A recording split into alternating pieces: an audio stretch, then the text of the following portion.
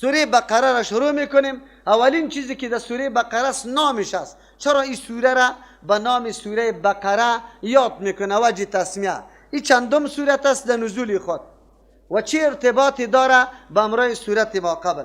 سوره را به نام سوره بقره یاد میکنه. بقره در لغت عربی گاو میگه. بعضی علما قائل به است که سورت نگویم بقره. چرا؟ به خاطر که سوره گاو از این خاطری نام درست نیست. با وصفی که دلیلشان در عقل خوب است، چرا که سوره گاو میگیم. لیکن مفسرین کرام میفرما که از زبان مبارک پیغمبر علیه السلام امی قسم نام آمده نقل شده. سورت بگه بقره، سورت آل عمران. از امو خاطر آجت به این نیست که بگیم نه ایمن است. چرا در حدیث ثابت است این نام گفتم میتونیم. وقتی که میتونیم چرا؟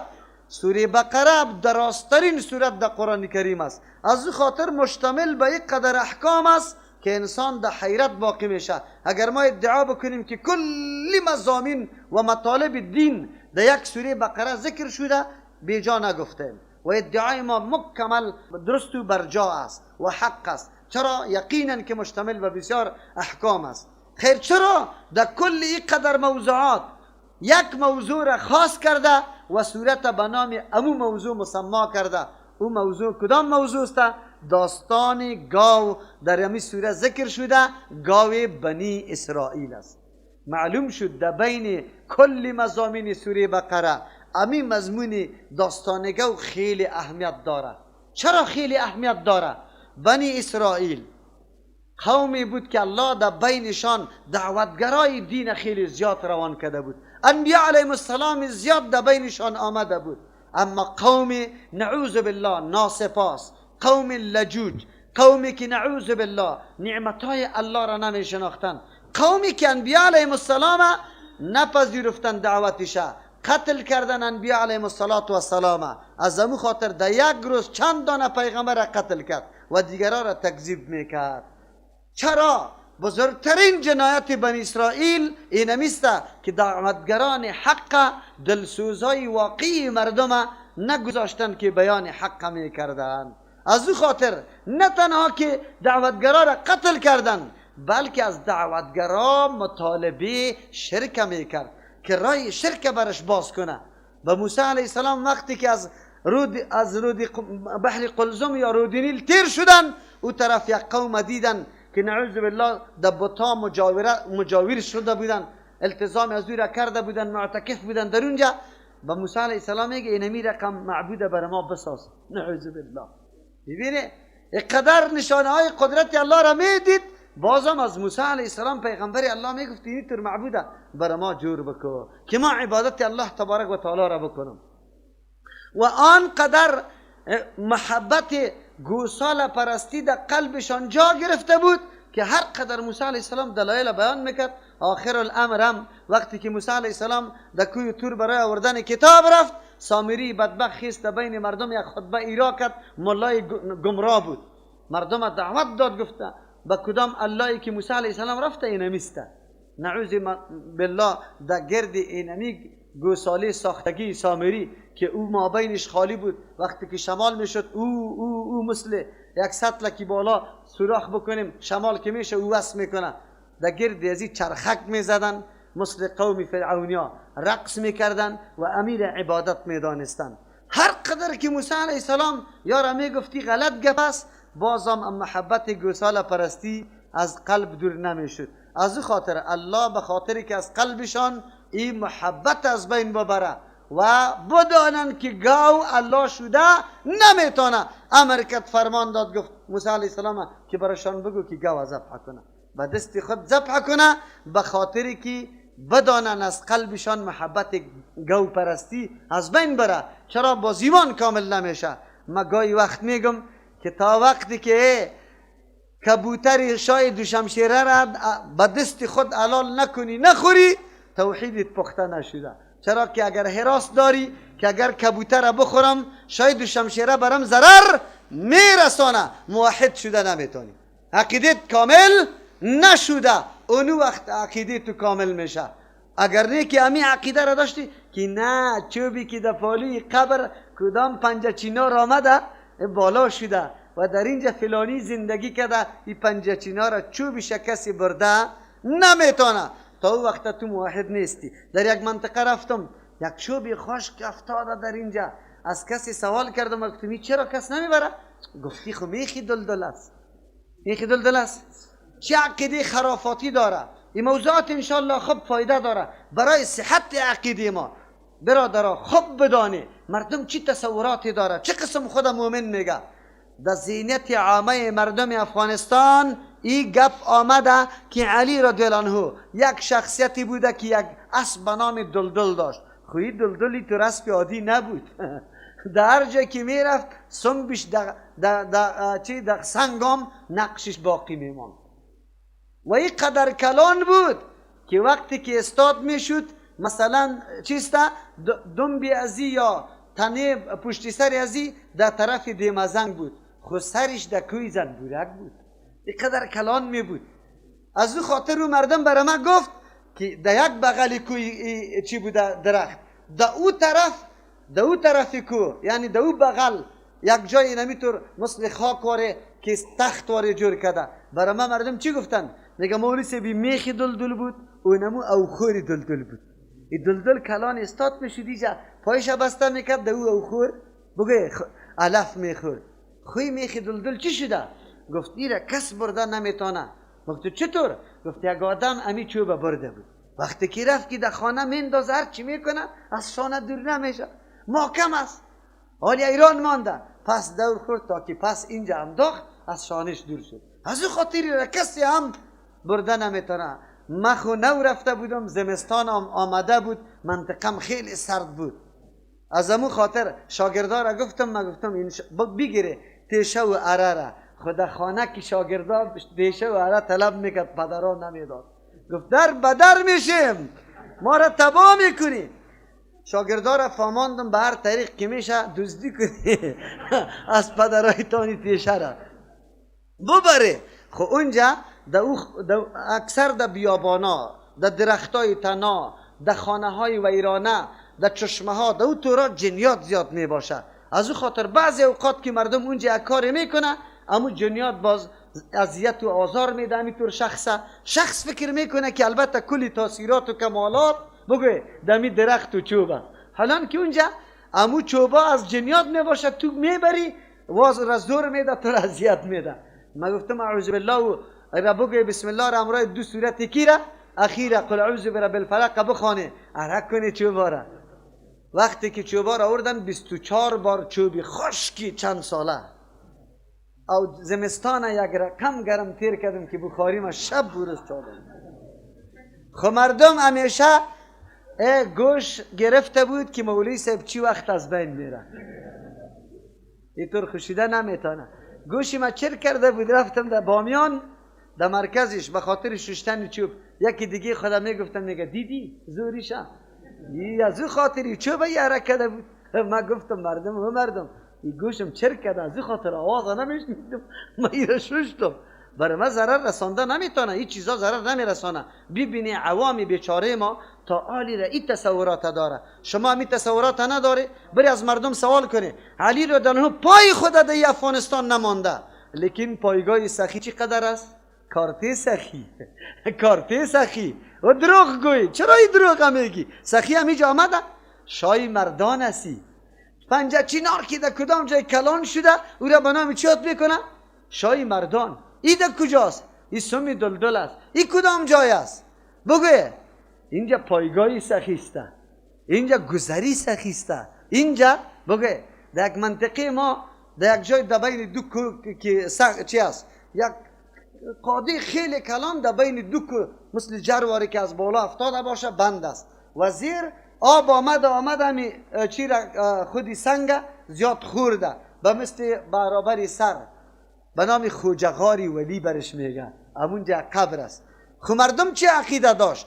میگه نه علی رضی الله عنه که جنگ کرد وقتی کافرها غلبه کردی گریخت. همینجا که دمی تنگی آمد تن ما میگیم که از بالا او میه دکو با زیر مثل جری کلان واره میفته در بین دو کوی سنگ. گفت وقتی که از اونمو کوی بزرگ قطی پلخمان که گفتی کوی بزرگ ازد، امی کوی آمد امی تور شد، امی سنگ گرفت. خب گوشت نبی گیره، او سنگ به بم اتم اگر از بین بره یعنی دیگه هیچ امکان نداره. خب مردم چی تصور داره؟ بگه علی رضی الله عنه قدر بگه پلخمانی قوی داشت، علی رضی الله عنه چه قسم دلدل داشت. این تصوراتی است و ایرا نه شما جنگنامه سابقه را دیده؟ یک جنگنامه به زبان پشتو است به نام جنگنامه حضرت علی. یک واقعه را ذکر میکنه در اونجا. میر حاتم، قصه میر حاتم است که رفت کافر به نام مقاتل بود. قلعه‌اش دیوارش از کجا تا کجا را بود؟ اول دوره دیوارش از زمین تا آسمان.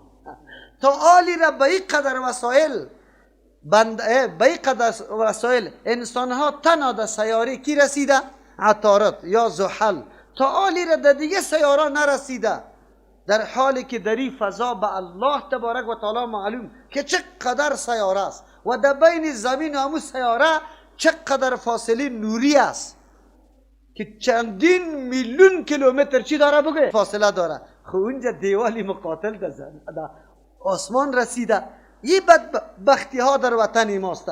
جنگنامه است به نام عبدالغزه امیر حمزه است. این تصورات غلط است برادرای مؤمن.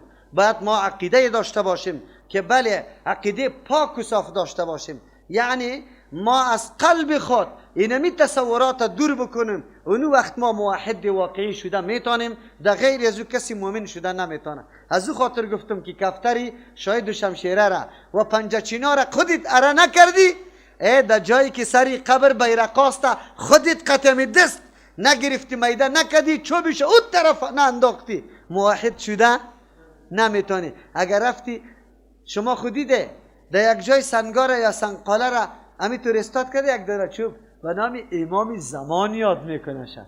امام زمان معنیش میفهمی؟ یعنی کسی که متصرف در اینمی زمانه است. عجیب است که هم خودش مرده است و هم چی است؟ امام زمان است. این عقیده کفر است یا عقیده اسلام است؟ این عقیده کفر است نعوذ بالله. کسی متصرف جهان شده نمیتونه در حالی که مرده باشه. سرک در بین سرک نمیجا اینجا خونی شهید ریخته، از او خاطری را غرض نمیدیم بیرق سرش زدیم. خون حرام است یا حلال است؟ حرام است. تو در سر خونی حرام ای را مقدس میشماری، پاک میشماری، باز مردم میرن میکنه نمیکنه، دوره ها میزنه، چوبه کشه شور میده، اموت لطگه کشه در گردنا بسته میکنه. اینی حالات ماست. شما بگویی که دین است یا نیست دین؟ تباه و برباد شد مردم ما. عقیده دین خود نمیفهمه که دین ما کدام دین است و چه قسم عقیده داشته باشیم. از او خاطر است، به خاطر که ایمان تصفیه شوه، الله تبارک و تعالی بنی اسرائیل گفت که نه، با دست خود با آن چیزی که شما عقیده داره ذبح نکنی، ایمان بگوی کامل نمیشه. ما و شما هم که نمی چیزایی که در ذهن ما نعوذ بالله قابل تقدس است و او را عظمت قائل هستیم، اگر به دست خود او را از بین نمیبریم مؤمن و موحد قوی نمیشیم. تا وقتی که گنبز را به دست خود چپا کنیم. در شریعت اسلامی سر قبر گنبز دور کردن درست است؟ پیغمبر علیه السلام علی را دنها با چی معذف کرده بود؟ گفت برو اوار کردن قبرایی که از یک بلست بلند است چیکو؟ از بین ببر. تمثالا یا مجسمه ها را چیکو؟ از بین ببر. علی را دنها ابوالحیاج اسدی را مامور به می وظیفه کرد یا نکرد؟ به اینمی وظیفه کرد. خوی توری کاروایا را مجاهدای بزرگ میتونه، هر کس نمیتونه. یک مجاهد الله توفیق میده، یکی را نمیده. در طول تاریخ بسیار مسلمان و علمای واقعی است، یقینا بسیار مجاهده کرده، کتابا نوشته کرده، خو لیکن این برنامه های عملی را کی انجام داده؟ همون شخص میفهمی؟ میشناسیش؟ همون کدام شخص است؟ محمد ابن عبدالوهاب رحمه الله کتابای توحید خوانده؟ شناختی که محمد کدام شخص بود و چی کاروایی کرده، ولی با تاسف دشمنای اسلام چه قسم برای مردم او را معرفی کرده. دیده که چه قسم کار میکنه. شما به انصاف بدون تعصب برای کتابای از او را مطالعه بکنه که شخصیت او را بدانه که یک شخصی که یقینا عملا امی قسم کار انجام داده و در مقابل قبر پرستی ها قیام کرده، امو شخص است. مفت نیست که هر کسی کار بتانه. خب لیکن امو کسی که سردمدار و قدرتمند بود او زمان، او هم آدم موحد بود و دست امرای ازی چی کرده بود؟ یکی کرده بود. از او خاطر مردم پس به سوی توحید الله دعوت داد. سوره را به نام بقره به می خاطر یاد کرد که محبت گوسال پرستی از قلب بر اسرائیل الله چی بکنه؟ بکشش. از او خاطر سوره را به نام بقره یاد کرد. مهمترین موضوع سوره بقره است. این صورت مدنی است، یعنی بعد از هجرت نازل شده. 87م صورت است در نزول خود. اگرچه در تلاوت و ما شما در قرآنی که به ترتیب ما شما تلاوت میکنیم دوم صورت است که میخوانیم. قبل از سوره انفال و بعد از سوره مطففین نازل شده این صورت. در بین، البته به اعتبار مجموع، در بین این تر آیتی داریم که آخرین آیت نزول قرآن است، مثل واتقوا یوما ترجعون فیه الی الله وارد است. این صورت ارتباطش قطع ما قبل بسیار ارتباطات داره. همیشه ارتباطات امرای سوره ما قبل ای امور ذوقی است. ذوقی مانا هر کس به ذوق و سلیقه خود میتونه وجوه مشترک در بین دو صورت پیدا بکنه. از این خاطر او را به نام ارتباط یاد میکنیم. دو وجه مشترک در این صورت خیلی مهم است، آشکاراست. یکی در اونجا ما گفتیم اهدنا الصراط المستقیم، الله برای ما راه راست هدایت فرما. در اینجا الله جواب میده که تو از ما طلب راه راست کردی، امی قرآن کریم راه راست است. هدی للمتقین، قرآن برنامه هدایت است. تو سوال هدایت کرده بودی او سوال هدایتت مثل دعای تو قبول شد، الله کتاب خود روان کرد، برنامه هدایت توست، دعای تو قبول شده. این کتاب لازم بگی این برنامه هدایت توست، تو را در درجه تقوا میرسانه. زمانی که در درجه تقوا رسیدی انسانی واقعی به تمام معنا میشی. آلی قدم آنقدر در این دنیا به احتیاط میگذاری مثل که پشتی سر انشاءالله تقوا را بگوی مقصدش و معنا و مفهوم واقعی تقوا را بیان میکنی. دوم وجه ارتباط در بین سوره بقره و سوره فاتحه است. در سوره فاتحه 3 گروه ذکر شد. یک گروه کسانی بود که انعام الله سرشان شده بود، دوم کسانی بود که در مورد غضب الله قرار گرفته بود، سوم کسانی بود که ضالین بود. در اینجا 3 گروه را برای ما تعریف میکنه. منعم علیهم کدام مردم است؟ کسانی که دارنده 5 صفات است. کسی که 5 صفات داشت اونمون مردم یقینا انعام الله سرش شده. بزرگترین نعمت الله در دنیا هدایت و در آخرت چی است؟ رستگاری و نجات از عذاب الله است. این بزرگترین نعمت است و در اینجا ذکر میشه. دوم طایفه مغضوب علیهم که بنگ بر الله دعوت قبول نداره. سوم طایفه منافقای بزدل است که در ظاهر و در عمل میبینی قیتوسته اما در حقیقت امرای تو نیسته. اینمی مردم گمراه است که حقیقت گم کرده. هر 3 طایفه را سوره بقره تشریح میده از او خاطر. او بعضی میگه که بزرگترین ارتباط در بین سوره بقره ایاک نعبدو بود. الله خاص تو را عبادت میکنیم. چی رقم در کدام چیز؟ سوره بقره مکمل امیر راههای خصوصیت عبادت برای الله را برای ما توضیح کرده میره. نماز است، روزه است، زکات است، حج است، بگوی هر صدقه است. در اینجا کدام مسائلی که تعلق به دین داره و کلش مخصوص الله است تشریح برای ما میکنه. از این خاطر این ارتباط است. در مورد فضیلت سوره بقره احادیث خیلی صحیح آمده. در یک حدیث پیغمبر علیه السلام میگه که اقرأوا زهراوین، 2 سورتی که خیلی درخشنده است، نورش همینطور می درخشه، این شما بخوانی. یکی را بقره و دیگه سوره آل عمران برش میگه. پیغمبر علیه السلام میگه در روز قیامت هر 2 سورت میه، تو میگی 2 پارچه ابر است چیسته که سریچی خود سایه انداخته باشه. بعد از او پیغمبر علیه السلام میگه بگی سوره بقره را بخوانی. چرا اگر سوره بقره را نمیخوانی حسرت و پشیمانی سرتان میآید. و سوره بقره را که کسی بخواند در خانه هیچ نوع ساحر مقابلا نمیتونه نعوذ بالله که در این خانه سحر شود.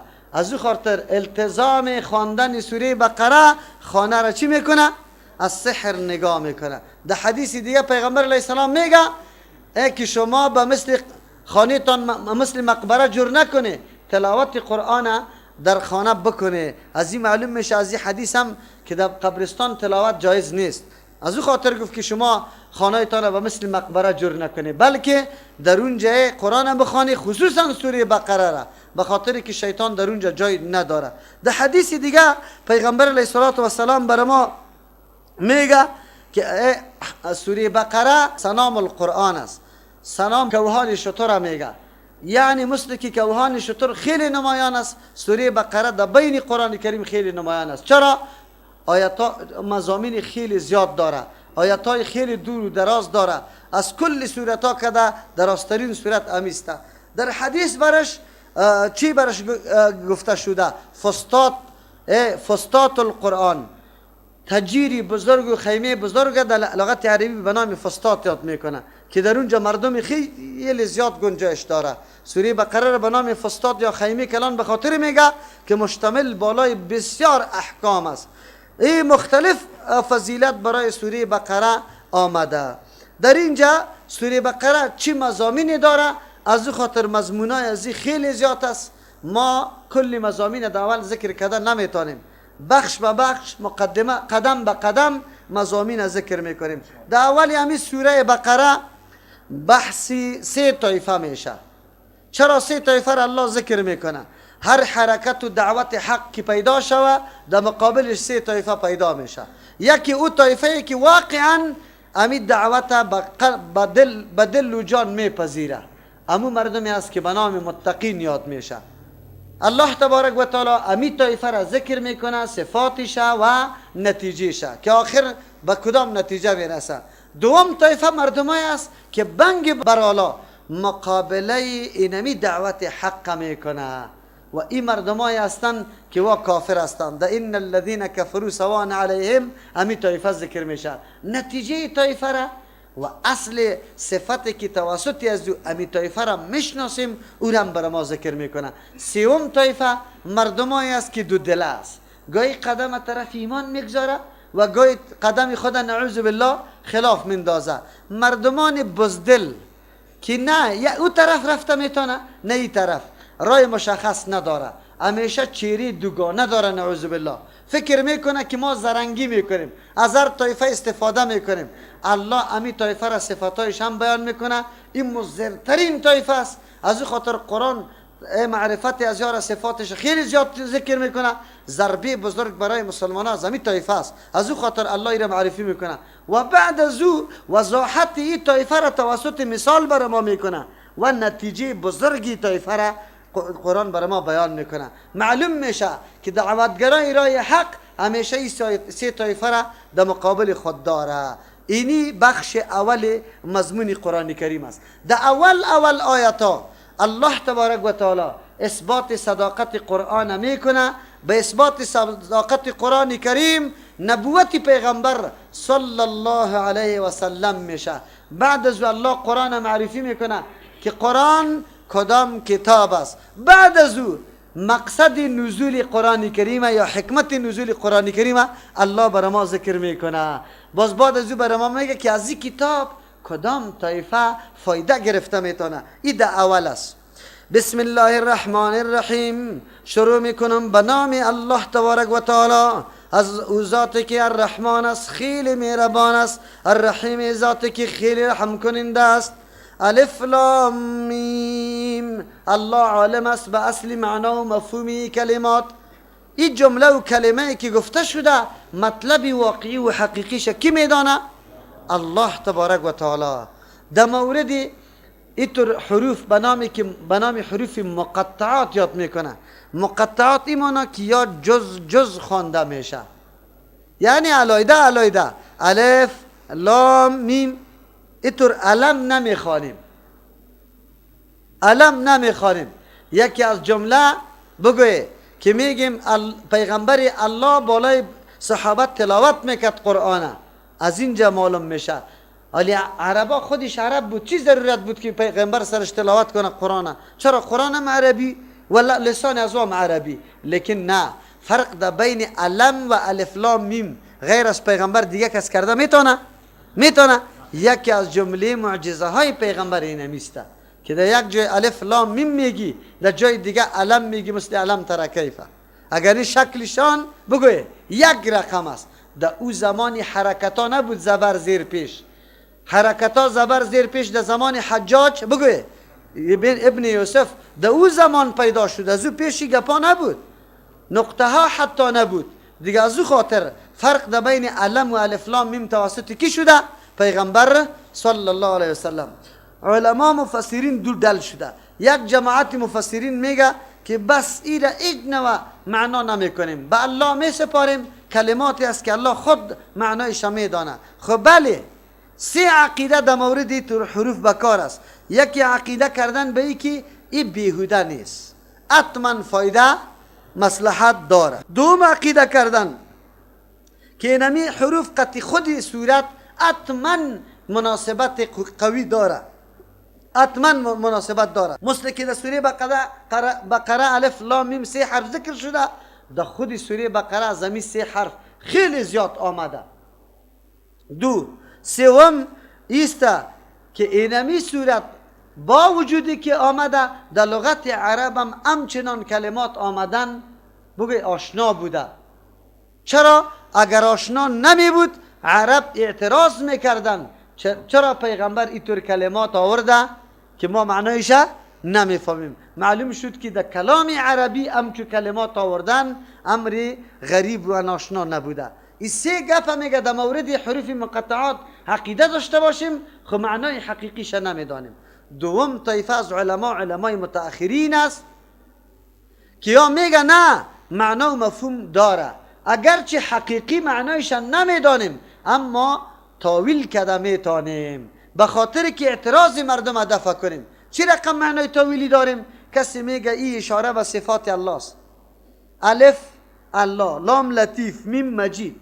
الله تبارک و تعالی مهربان ذات است، بسیار عظیم ذات است، بزرگ ذات است. یا الف اول، لام لازمون، میم للمؤمن، اول لازم که برای مؤمن است و چیست؟ ذالک الکتاب لا ریب فیه، که عقیده داشته باشه که کتاب شک و شبهه نداره. اینمی قسم کسی میگه نه این نام پیغمبر است، کسی میگه این نام سوره است، مختلف معانی را بیان میکنه. خدا بین معانی تعویلی کدام معنایی را که شیخ الاسلام ترجیح داده امی معناست و این تقریبا مناسب و قرینی امی صورت میباشه. میگه وقتی یک انسان شروع به این حروف میکنه، قرآن کریم به زبان خود گویاست به این آدم خطاب میکنه که ای آدم تو میفهمی این کتاب الله اعظمی حروفی که تو تلفظ میکنی سخنت از همین حروف جور شده. تو میگی کدام حروفی را که تو کلامی جور میکنی امی حروف است، امی الف لام میم است. خب فرق در بین کلمات چیسته؟ تو کلمه کلام از همین حروف جور میکنی، الله هم جور کده. آلی کلام تو و کلام الله چی فرق داره؟ ماده یکی است، مواد یکی است. کلمه که جور میکنی از تو و از الله یکی است، لیکن کیفیت کلمه الله چرا دیگه قسم است؟ هیچ کس نمیتونه. تا روز قیامت خود قرآن گویا است، اختار میده، چلنج میده تا روز قیامت که به مثل ما بسازه کوچکترین صورت را، در حالی که خود قرآن هم از همین حروف جور است و تو از همین حروف سخن میگی. چرا به مثل قرآن جور کرده نمیتونی؟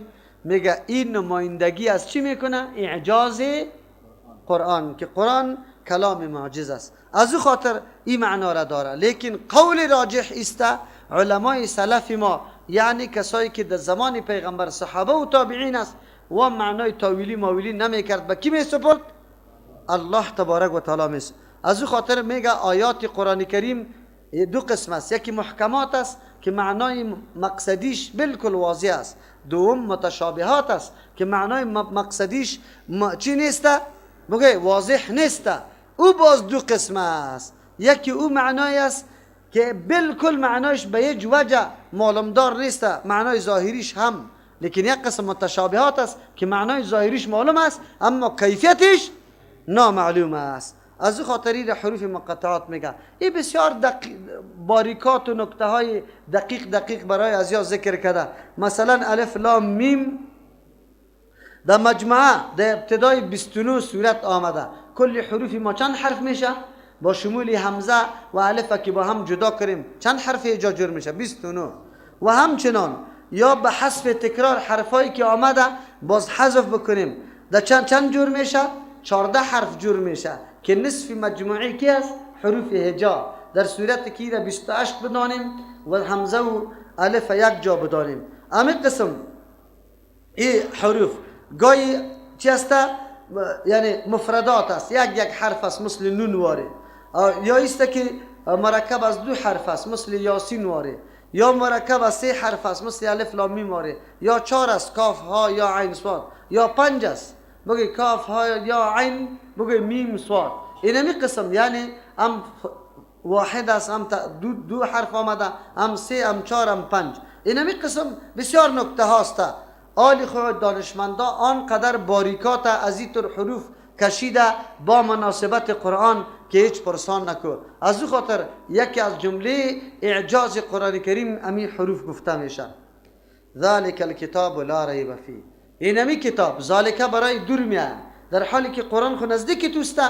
الله به این خاطر میگه که قرآن مرتبه و مقامش خیلی دور است.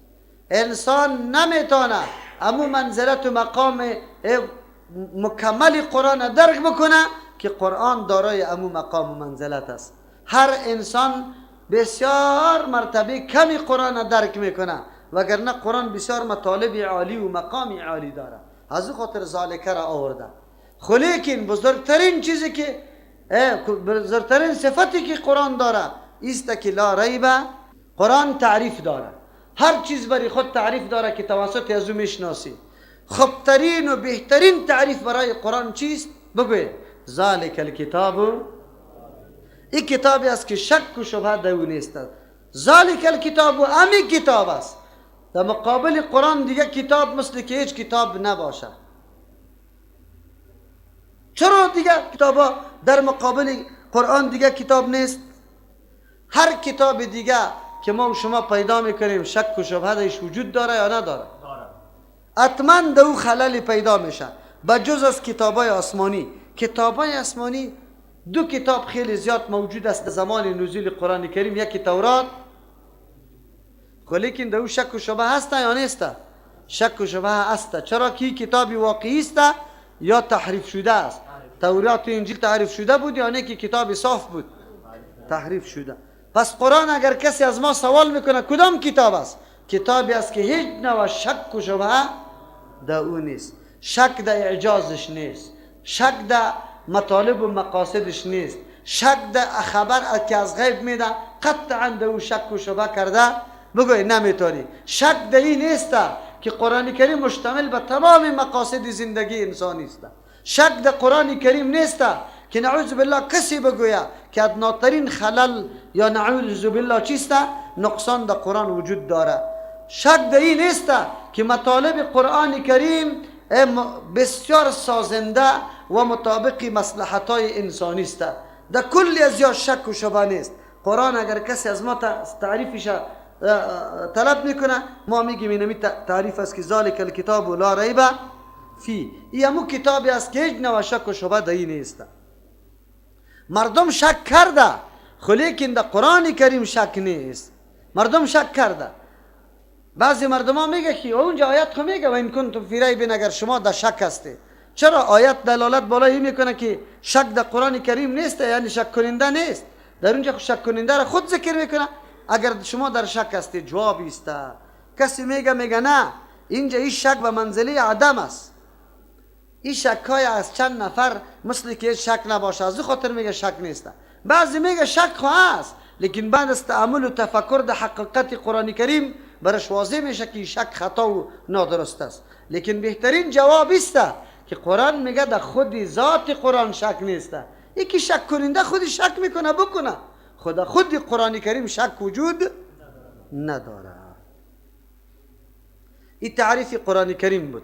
آلی مقصد یا هدف نزول یا حکمت قرآن کریم ذکر میشه. این بسیار موضوع مهم است برادر و خواهران. بسیار موضوع مهم است که ما بدانیم، خصوصا در عصر و زمان ما و شما که کدام عصر زندگی میکنیم. این موضوع بسیار مهم است. چرا مهم است؟ به خاطر که تصور خیلی غلط و نادرست نعوذ بالله برای مردم ما به نام محبین قرآن پیدا شده و هدف قرآن تعالی را نمیدانه که چرا نازل شده.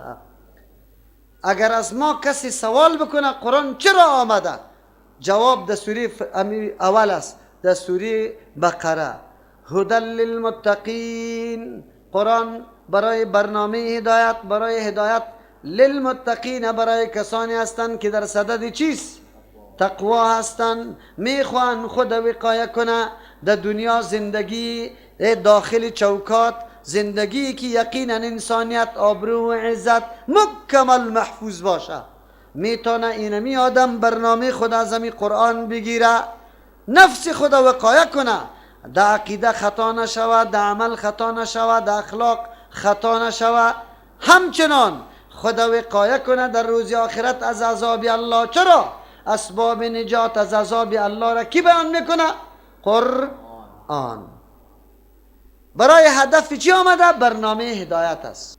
در خود کتاب الله تبارک و تعالی کدام اهداف یا مقاصدی که خود قرآن ذکر کرده، قرآن برای انذار است، برای بلاغ است، برای بیان کردن موضوع اختلافی است، برای کشیدن مردم از تاریکی به سوی نور است.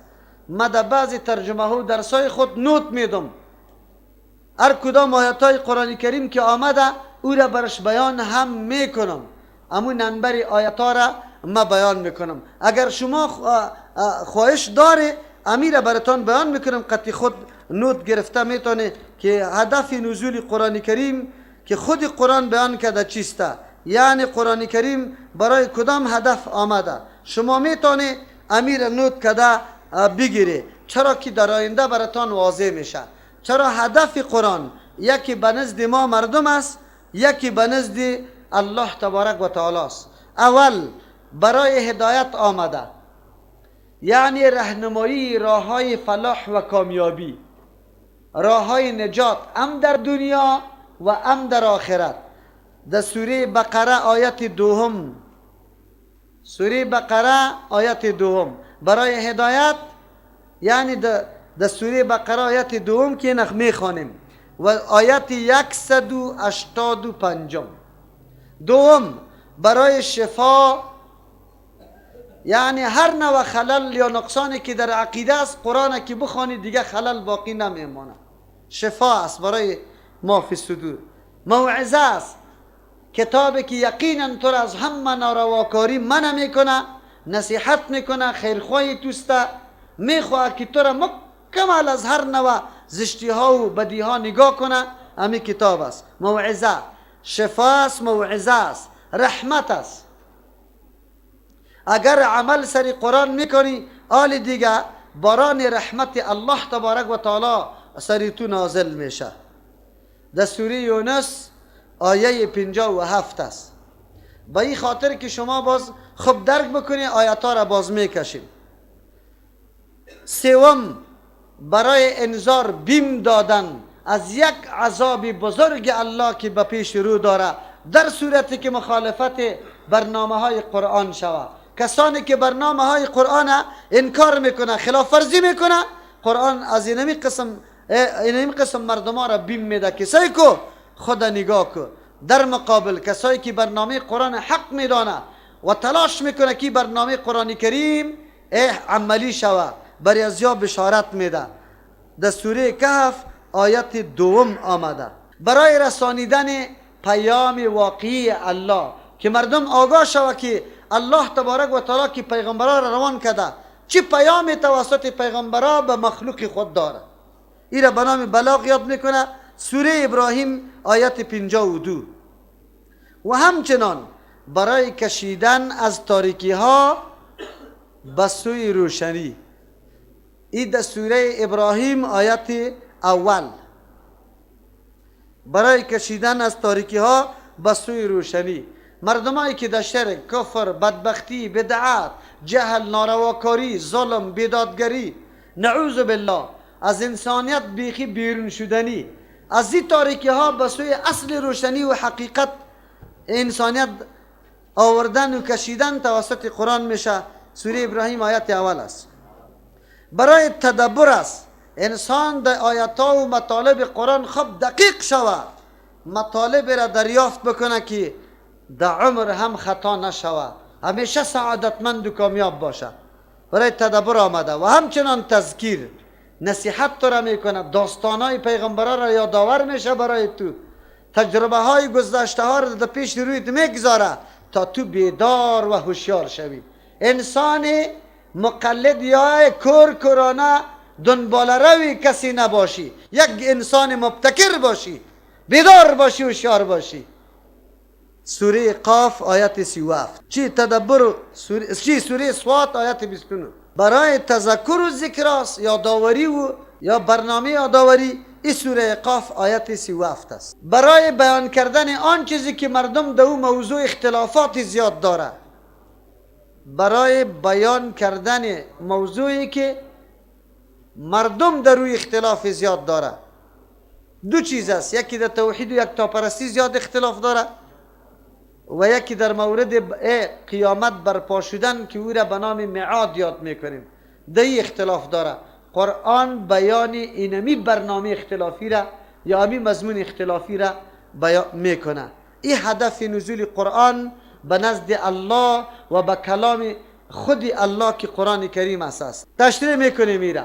اما امروز تصورات مردم مسلمان ما در مورد قرآن چیست؟ قرآن برای چی آمده؟ نوشته کنه اول برای ثواب حاصل شدن آمده. دوم کتاب به خاطر ازی آمده که جان کندن آسان شود، یعنی کتاب مرده هاست. در وقت جان کندن سوره یاسین خوانده شود، در وقت جنازه بردن قبل از دفن برای اسقاط شود، برای اسقاط که همه مکلفیت های امی بنده را توسط بخشیدن قرآن به یک فقیر ساقط بسازه احکام میشه. امی طور است یا نیست مردم؟ خب موضوع اول خامو طور است یا نیست؟ زمانی که یکی از اقارب ما الله دور داشته باشه، مرگش نزدیک میشه، بازو خیلی تکلیف می داشته باشه، وار خطا کلی ما جمع میشیم. حالا سوره یاسین یاد داری یا نداری؟ سوره یاسین زود شروع میکنه، منظورتان چیست؟ بگوی که نفسش خیلی زود برایه. اما تو راست یا نیست؟ این کتاب انقلاب و تغییر تو برای ازی میخوانی که نفس زود برایه. یک این کتاب آسمانی و انقلابی را تو در روزی که پیغمبر برات میگه که اسرعوا بالجنازه، سری جنازه بسیار جلتی کنه، زود دفن بکنه. در حدیث میگه که بهترین یا خوب ترین چه است که شما زود جنازه را دفن بکنه. او تو تال داده رایستی دفتوی مطراق یا در برف خیلی سردی زیاد، ملا صاحب قطعی چند نفر حلقه میزنه. و این کتاب محترمه که از بازار امی صاحب مرده آورده، اقارب مرده عبده را پد بازار خریده به نام قرآن اسقاطی که هیچ خوانده نمیشه. بازور ملا صاحب در سر یک بلک پول و پیسه میمانه و برای فقیر میگه این قرآن کریم که قیمتش هیچ پوره نمیشه، با امرای اینمی پول در عوض تمام نمازهای فوت شده مرده به تو بخشیدیم، تو قبول کردی؟ او میگه قبول کردم پس به تو بخشیدم. ملا صاحب پرسان کنه که ای ملا صاحب محترم، تو را به الله قسم امی قرآن که تو گفتی که هیچ قیمتش پوره نمیشه، خیر است، من امی قرآن کریم 1000 افغانی برای تو میفروشم، بگی امیرا که ملا صاحبی را به 1000 افغانی میخره و نمیخره؟ میخره؟ در بازار خودش 17 روپه خریده، دیگه قرآن کریم 100 روپه و 200 و 500 است که خط زیبا داره، کلان خط است، جلد خوب داره، نوشته خوب، واضح داره. خوی قرآن اسقاطی 17 روپه است. خب گوشتان بگیره. با دین چی معامله میشه؟ این کتاب الله را کتاب اسقاط جور کرده. کتاب چی جور کرده؟ اسقاط آخه میشناسه. ملاهای ما آنقدر زور و قوت داره، نعوذ بالله. الله سری بندی خود احکام فرض کرده یا نکرده؟ و سریمی احکام بندی خود امتحان میکنه، هم ثواب میده خب ملاهای ما این قدر زور داره که قطع الله مقابله داره. الله واجب کرده یا چی میکنه؟ ساقط کرده، رایسته اسقاط کرده، از زمین مکمل ساقط میکنه. تمام عمر نه نماز بخوان، نه روزه بگی، نه زکات بده، نه حج بکن، نه سجده تلاوت بکن، نه سجده سوا بکن، نه نظری توفا کن، نه واجبات انجام بده. چرا؟ مولا صاحب قطع یک پندک پیسه، قطع یک قرآن کریم از تو چی میکنه؟ از تو ساقط میکنه. خیر خلاص، برای آسان رای رفتن به سوی کیست؟ جنت است. ما نصارا را ملامت میکنیم و میگه ما که هر رقم گناه بکنیم بخشیده است. چرا؟ عیسی علیه السلام خدا قربانی برای گناه ما کرده. حالی ما که هر رقم گناه را بکنیم، مولا صاحبی قربانی را برای کی میکنه؟ برای ما میکنه. در بدری هست یا نه؟ دیگه دلایل بطلان مسئله اسقاط براتون نمیگم. بزرگترین بدعت نعوذ بالله خصوصا در این روز غم اینمی اسقاط است. اینمی چی است بگوی؟ چرا؟ این حیله‌گری است، این نعوذ بالله مخادعه است، نعوذ بالله فریب کاری با الله تبارک و تعالی است. نعوذ بالله. وقتی که ما بدانیم ان شاء الله در یک ورق مفاسد ازیر علایده نوشته میکنیم که برای ما واضح شود. کتاب قرآن کریم کتابی چی شد؟ مرده. کتابی چی شد؟ خبر داری کتابی مرده است. وقتی که دفن کنی مولا صاحب استاد میشه در یک سری قبر، الف لام میم شروع میکنه در یک سر، دیگهش در پایش استاد میشه. او آخر سوره بقره را میگه. از پیغمبر ثابت است؟ در یک روایت ثابت نیست. در یک اثر از ابن عمر رضی الله عنه آمده، اثر ضعیف است. اثر چی است؟ خصوصا به نزد امام بزرگ، به نزد امی مردم امام اعظم رحمت الله علیه، و میگه قرائت سر مقبره چیست؟ حرام است. چی است بگه؟ خلیکنی مردم حنفی خدا میگیره، خلیکن باز به قول امام صاحب نمیکن. سر قبر کتاب مرده شد یا نه؟ نه، تعالی را باقی مانده. در لوح سنگش سوره اخلاص نوشته میکنه قل هو الله. خب شما خبر داری که نعوذ بالله سگ میره دور از قرآن کریم و مسجد، لنگ خدا بالا میکنه، سر شناخت سنگ قبر چی میکنه؟ پیشاب. ما مردم الکی امریکایی قرآن در داده، با جوش و خروش میرویم. یه طور غیرت ما را گرفته میباشه، زدیم به یک سوختاندن قرآن کریم، چندین نفر در تظاهرات چی شد؟ جان خود از دست داد، شهید میشه. لیکن اینجا چرا ما در اینجا چرا یک تظاهرات سریکی نمی کنیم؟ سری سنگ تراش، سری نوشته کننده. تو قرآن همی قدر توهین میکنی؟ سری ملایی که اجازه داده کدام تظاهرات کردی؟ امریکایی قرآن خیلی توهین کرده بود یا تو خیلی قرآن توهین کردی؟ او خود تنها سوختان، لیکن تو گرفتی نعوذ بالله حتی پیشاب با آیات قرآن ملوث کردی. یکی از علمای اهل تشیع یک جای در جنازه شریک بوده. من موضوع را یاد کردم که گپا نادرست است، دین نیست. او ختمه دلیل گویی کرد، گفت نه بالکل درست است، آیت قرآن است. همینطور می آمدیم الحمدلله، مقبره خیلی کلان بود که در منطقه رسیدیم که در سر قبر راستی در لوحه سوره اخلاص نوشته بود. شما باور به الله بکنید که در بیخی اونمو شناخسنگ نعوذ بالله گندگی چی بود؟ بگه سگ. عالم علی تشیع گفت بس موریسه، من دیگه تسلیم شدم، یقینا گپی تو حق است، من دیگه دلیل برات نمیگم. بله همینطور است. توهین قرآن میشه، توهین قرآن میشه. شهید میشه، شهید بیرق بالا کردن سر کدام مرده در کدام حدیث ثابت است؟ سر قبرای احد آجی صاحبا رفتی یا نرفتی در عربستان؟ امونجا احاطه که شهدای احد است کدام بیرق میبینی؟ حتی احاطه دیوال هم علمای عربستان سر حکومت انتقاد کردن که به خاطری که مردم بازی دیوال چی میکنه؟ بوسه میکنه. چی میکنه؟ امو دیوال هم میگفتن این بدعت است، دیگر خود چی میکنی؟ لیکن اینجا شهید است، بیرق هم نوشته میکنه ولا تقول لمن یقتل فی سبیل الله. او را استاد میکنه، افتو میزنه ای رخته، باز بادی قوی که پیدا شوه پرچه امی رخت قطعی یک قطعه آیت میگیره شد، می برشد زبالکی دانی در جویچه در ای گپا.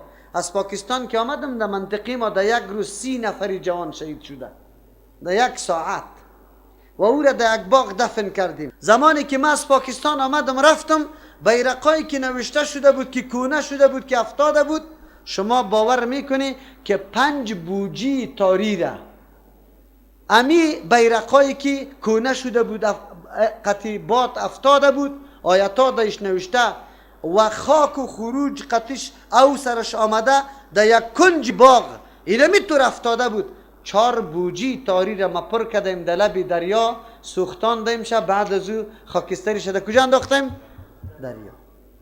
یک آوازه در منطقه افتاد گفت مولایی آمده به نام متوکل قرآن در داده. برادر یک هیاهوی بود، بسیار موقع تبلیغ به مردم میاثر شدی. در هر منطقه امی آوازه بود که قرآن سوختانده. ما عزت قرآن کردیم یا نه که ما توهین قرآن کردیم؟ قرآن کتاب مرده ها شد، شما خبر نداره. اگر من میالی غسل بکنم خب پاک و صفا، خود یک چادری که در اونجا آیت قرآن نوشته میشه میگیرم دمی پای خود بند میکنم همینطور سری خود کش میکنم. هر کدام شما که بیه میگی یه نبی ادب آیت قرآن چادر جور کرده دیکی نمیزنی. میزنی نمیزنی؟ مرده جان که تعالی را به الله مردم غسل دادی خب باز ریم برآمد، باز خون برآمد. و مرده که حالی به عقیده تو نجس شده، حالی چطور شال مرده را آیت الکرسی را سری تابیت تو شوار کرده، سری پای شوار کرده. باز که مردم بشینه میگه سابق مولا نبود، الحمدلله اولین کسی که انشاءالله امی قسم رخت از مرده دور کردیم انشاءالله مست امی طور دور کردیم. با مردم توضیح دادیم. ملا صاحبه موجود بوده سرا را خم انداخته. مردم میگفتی ملا سابق چرا را میگفتی و مردم بیچاره قرار آمستند باز یعنی گپ زده نمیتونه. توهین قرآن است یا عزت قرآن است؟ توهین قرآن است. ببینه این تعظیم قرآن به نزد ماست. این موضوع اگر چی دور و دراز است خب فکر براتون پیدا شود که کتاب الله برای چی آمده و امروز مردم ما چی تصور داره. این را میگه کتاب مرده. هر پنجشنبه بعد از اینکه مرده جان در اوجا بره دیگر روزا باز ختم نمیکنه، در حالی که آدم خیلی متدین است، خیلی اولادی قاری و حافظ داره، یک روزم در خانهش بدون چیست تلاوت قرآن نیست. خب لیکن بازم برای از اینکه مردم نگویه که پدر و مادر خود دوست نداشت مرده خود چی کرد؟ شلغم گور کرد. پنجشنبه نان مکلف جور کو، پاکتای پیسه را بگو تهیه کو. باز ختمی مرده از ختمای دیگه فرق داره. طعامای ختمی مرده بسیار زیاد باشه، دو پیازیش خیلی قوی باشه، کوفتهش هم خیلی تلخ باشه. بازو را در روزای پنجشنبه ملا صاحب است، چپنای کلان است، وکیل صاحب است، حاجی صاحب است، خنده کده مزاق کده تا او جمعه را قطار استاد میشه. بازه تقسیمات سپارایش هم میبینه. بچه 3 سپاره تو بخوانی خو این قاری صاحب است. و بچه دیگر چی میگه؟ 4 سپاره تو بخوان. مردم بچه خو کم است نه؟ نمیشه 5 سپاره. ریش سفید از جدا صدا میکنم ما وقت 5 سپاره رو در مسجد خواندیم خیر است، این 5 جدا کنی. بازی جنابا که همینطور چشمای خود پت میکنه 4 دقیقه، سری خود کلی خود این همینطور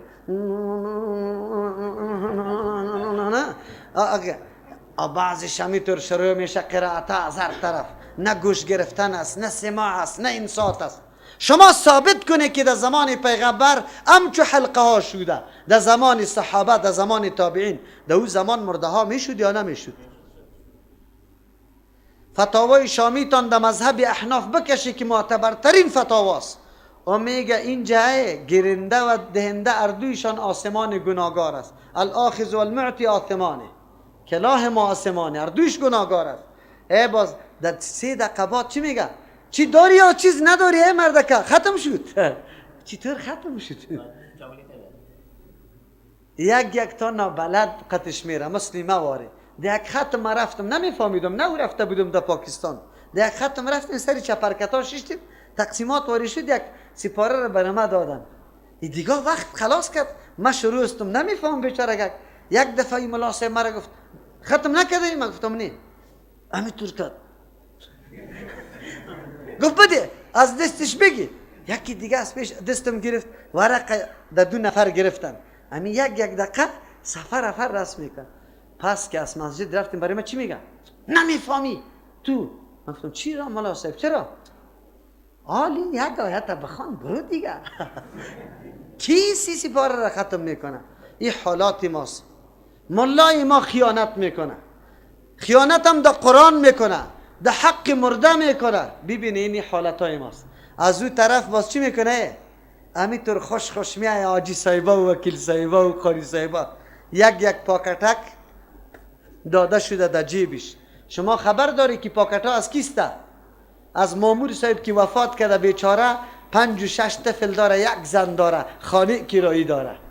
از وظیفه معلمی و ماموری امرار معاش میکرد، امروز رفته. خوی جناب یاجی و وکیلم امی نعوذ بالله حسی آتش جهنم. ان الذين ياكلون اموال اليتامى انما ياكلون في بطونهم نارا.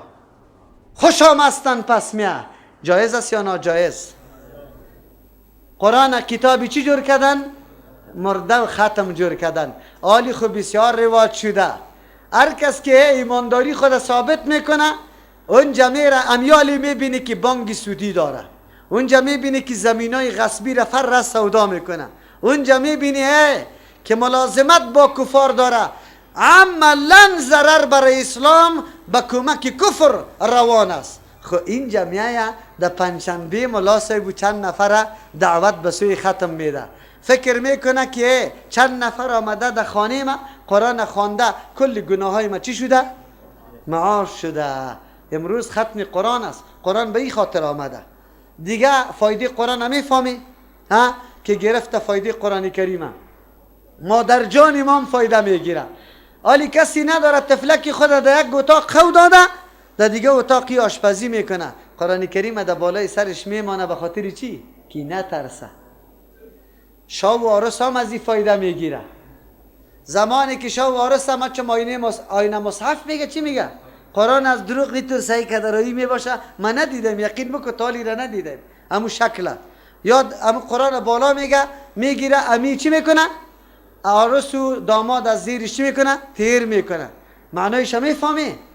معنای تیر کردن که تعالی را خود قرآن میخواندن، خود بعد از این تعهد کردن که قرآن اردوی ما در دست نمیگیریم. شما خبر داری که موتروان چقدر فایده گرفته؟ هر موتروان در پیک افتوگیرش چی هسته؟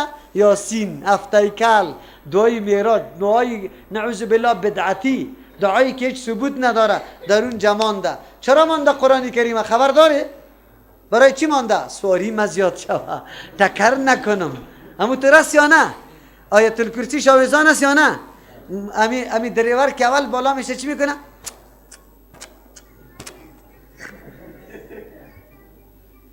زمانی که تکر کنه باز چی میگه؟ والا افسوس من که صبحکی بالا شدم امیرم ماچ کردم، خود چرا تکر کردم؟ عجیب است. ببینی این مسلمان های ماسته. خب گوشتان آواز کنه. فایده دیگر دیقان گرفته از قرآن کریم.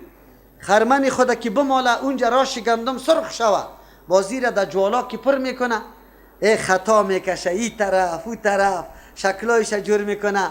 یک بوته است به نام سپیلنه یاد میکنه. خب او بوته که اینمی که یاد دود میکنن اسپنده اینمیسته بوته از او را میاره اینی قدر بنچه، او طرف راشپیل میمانه، یک سنگ میمانه، باز قرآن هم سرش میمانه.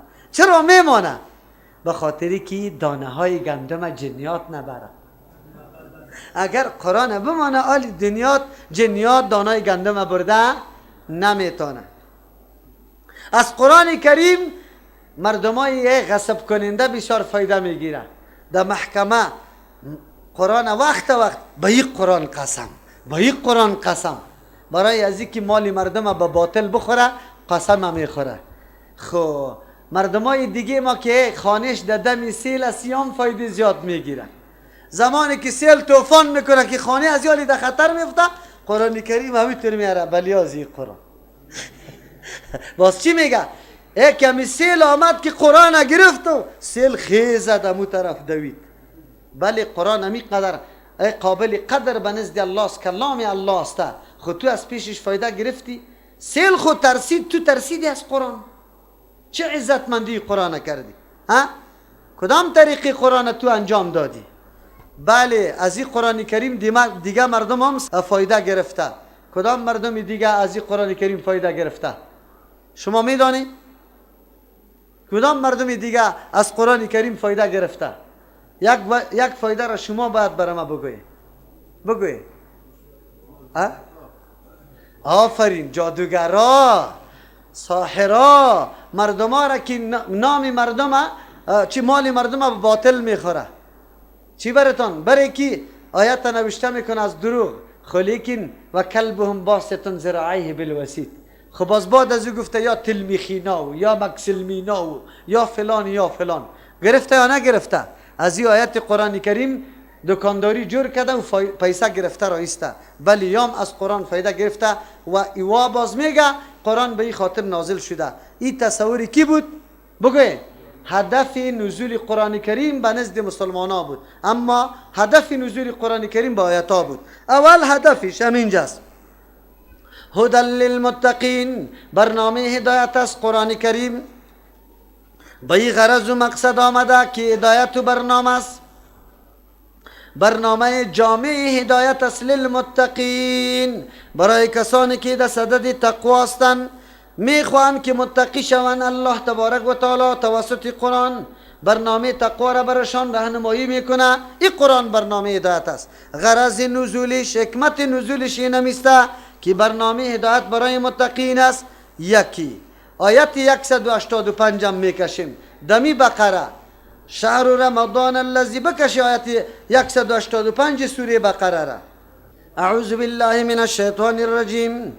شهر رمضان الذی، ماه مبارک رمضان و ماهی است، انزل فیه القرآن، که نازل کرده شده در این ماه القرآن کریم، کتاب الله تبارک و تعالی، هدن، که کتاب پروگرام جامع هدایت است، نازل شده برای ازی که در این بیان پروگرام یا برنامه جامع هدایت شده، للناس، برای تمام بشریت.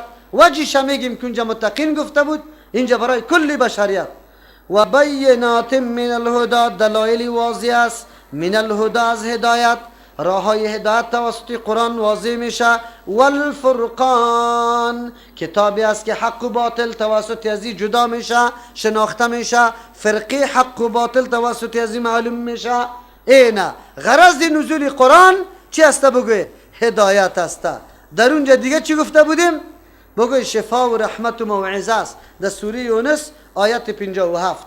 ایرا بخوانیم که اصل مقصد قرآن بدانیم. سوره یونس هم میکشیم خیر ببینیم. یک دفعه تشریح هم کرده بودیم که علاج تمام امراض بدبختی های گمراه ها بود. اعوذ بالله من الشیطان الرجیم. بسم الله الرحمن الرحیم. یا ایها الناس، ای مردم، قد جاءتکم، یقینا آمده بود براتان، موعظتون، ای کتابی که شما را منع میکنه از همه بدبختی ها، اخلاق ناپسندیده، من ربکم، از جانب پروردگارتان، و شفان، شفا است، یعنی شفا دهنده است لما، برای او عقاید، فی صدوری، که در سینه هاست، عقاید سالم میسازه، خلل و نقصانی که در عقیده وجود داره. قرآن کریم او را شفا است. و هودن، برنامه بزرگ هدایت است. و رحمتون، ذریعه رحمت است. زمانی که شما سرش عمل میکنه، این برنامه رحمت است. از او خاطر قرآن کتاب رحمت، کتاب شفا، کتاب هدایت در اینجا بر ما ذکر شده.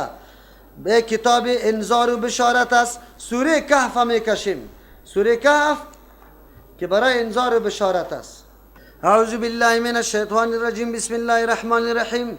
الحمد لله، کل صفتای کمال الوهیت مخصوص الله است. الذی، والله که انزل علی عبده الکتاب، فرو فرستاد بالای بنده کامل خود کتاب، ای قرآن کتاب واقعی را، ولم یجعل له عوجا، نگردانیده برای که قرآن کریم ایجنه و کجیره، نه در لفظ، نه در معنا، نه در فصاحت و بلاغت. قیما، اینطور کتابی که موصوف به استقامت و درستی است، یعنی مور کننده صحت و صداقت کتابای دیگه است. لینذر بأسا شدیدا، چرا روان کرده قرآن؟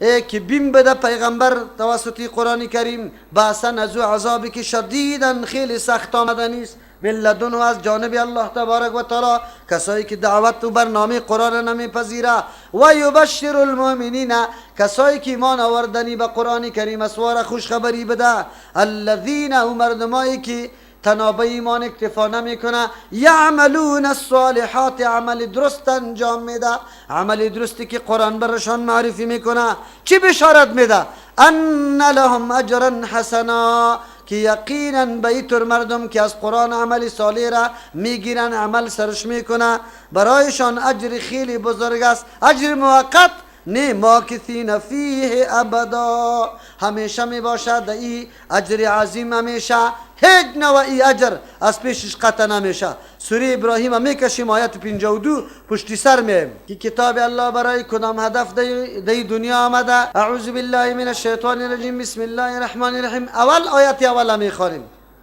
الف لام را الله خوب میدانه اصلی مقصده کتاب قرآن کتابی عظیم و شان است بزرگ است کتاب یقینا نمی کتاب است در مقابل کتاب دیگه کتابا به منزله نه کتاب است دیگه کتابا در مقابل قرآن هیچ کتاب است هیچ کتاب نیست انزلناه چرا این کتابی بزرگ است الله میگم من نازل کردیم نازل کنندم هستم دیگه از خاطر کتاب است با کی نازل کردیم الیک بسوی تو ای پیغمبر علیه السلام قرآن بسوی تو نازل کردیم چرا نازل کردیم برای کدام هدف لتخرج الناس من الظلمات که بکشی تو ای پیغمبر علیه السلام تبلیغ و دعوت بکنی تلاوت بکنی قرآن تعلیم بدی قرآن حکمت برنامه عملی قرآن ادامه بدی تزکیه پیدا شود در بین مردم عقیده جور شوه عمل جور شوه اخلاق جور شوه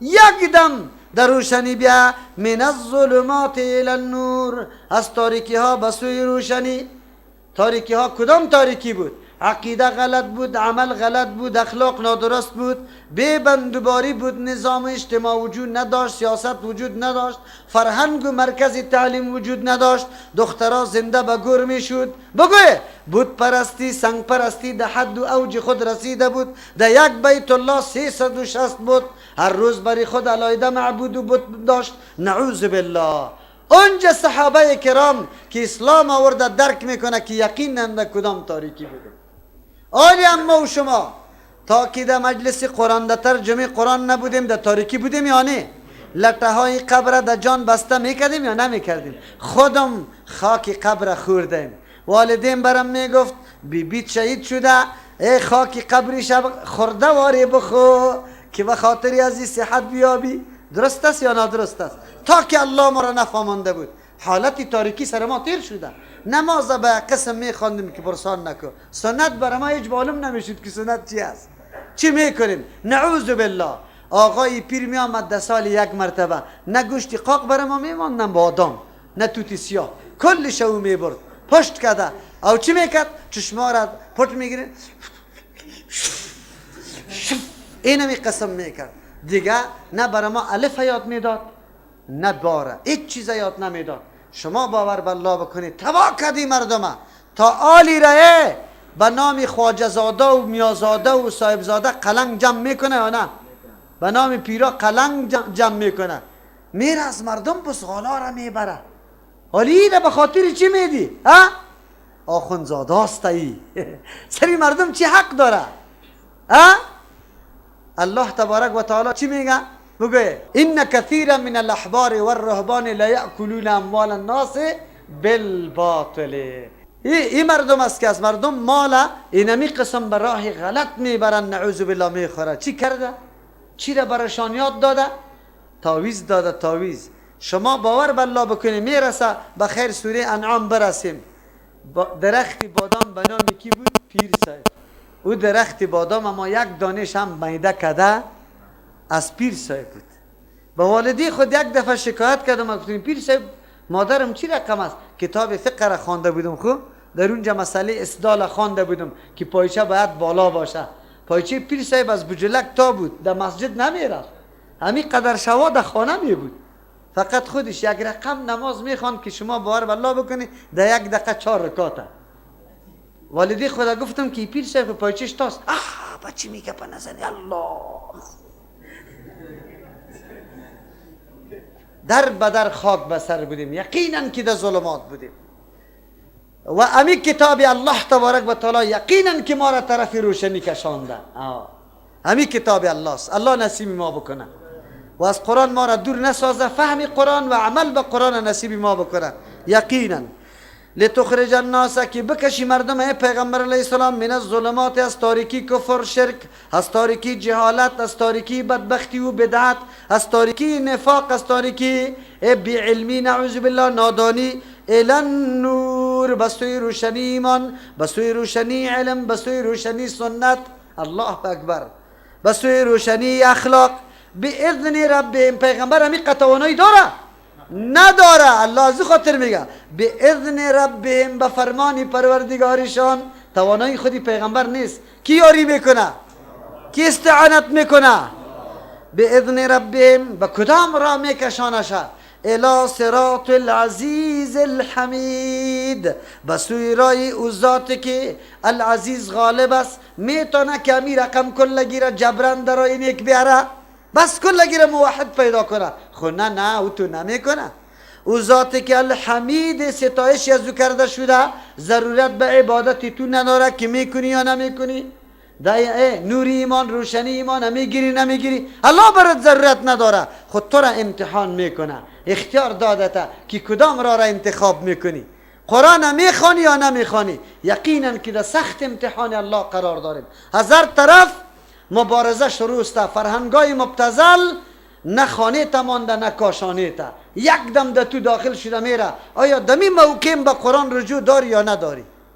یک روز در مجلس قرآن شریک میشی یا نمیشی؟ سخت در امتحان الله قرار داریم. آیت دیگه سوره ابراهیم کدام است؟ آیت 52. قرآن برای کدام غرض آمده؟ چی پیام از جانب الله بر ما آمده که انبیاء علیهم السلام در زمان تاریخ به امت خود برسانه؟ اعوذ بالله من الشیطان الرجیم. هذا اینمی کتاب الله که در دسترسیتان قرار داره، شما تلاوتش میکنه. این کتاب چی کتاب است؟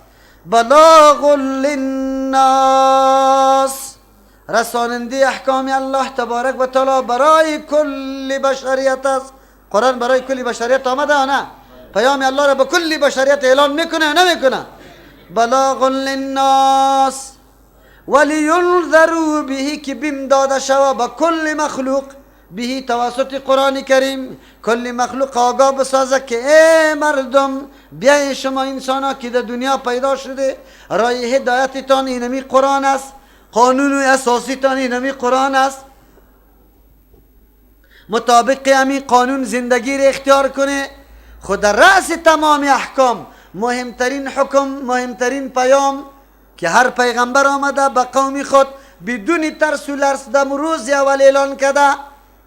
ملا سیوا میگه والا نه، مورس متوکل خوب آدم است و تفرقه را پیدا کرده. تفرقه را چرا پیدا کردیم؟ توحید الله را که بیان کنیم تفرقه پیدا میشه نمیشه؟ پیغمبرها که آمد تفرقه را پیدا کرد یا نکرد؟ از امو خاطر اعتراض مردم سری پیغمبر چی بود؟ میگه تو جدایی در بین پدر و کی آوردی؟ بچه. مادر و کی آوردی؟ دختر. از او خاطر حالی چی میگه؟ الله تبا کنه مولایی را در هر خانه غم آوار کرده. چرا غم؟ یک دختره کم 2 روز نمیشه در مدرسه رفته، ایچ یک رقم نماز شروع کرده، گاهی دستک میزنه، بالا میکنه، دست خدا چطور میکنه، باز در قاعده این قدر درست نماز میخوانه.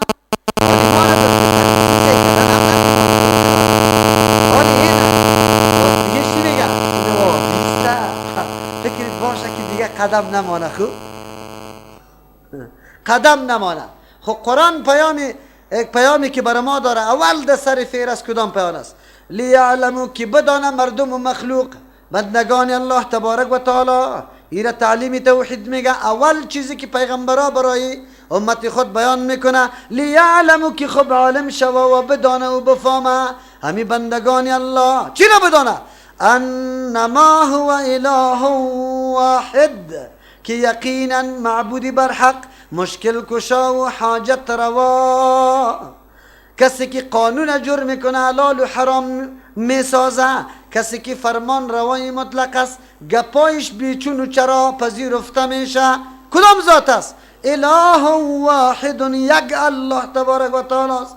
کسی دیگه حاجت روا نیست، مشکل کشا نیست، حلال و حرام نمیتونه. پیری بدبخت کمری دختر بسته کرده و دختر دیگه هیچ نکاح نمیکنه. این است که الله نکاح حلال کرده، پیری بدبخت تو حرام میسازه. کسی که حلال حرام بسازه کافر است یا مسلمان؟ مفتیات دیگه شماست، خوب من نیستم. خودتان میدانه. ولی مردم ما بیچاره چرا نمیفهمه؟ مردم ما چرا درک نمیکنه؟ چرا در این راه روان است؟ فرمان روای مطلق کیست؟ کسی که سخنش بیچون چرا قبول شوه، سخنش بیچون چرا قبول شوه. کیست؟ الله. بیچون چرا سخن یک الله قبول میشه. لیکن طرف مدرسه می آمدی در ترجمه قرآن کریم، ملا صاحب، پیر صاحب، یک کسی دیگه در دمی روی آمد از پیشت پرسان کرد کجا میری؟ ولا در ترجمه قرآن میرم. ها نروی که اونجا گمراه میشی. بس سخن هیچ نه دلیل گفت نه چیزی دیگه، فرد برگشتی. الله جور کدیشه یا نکدی؟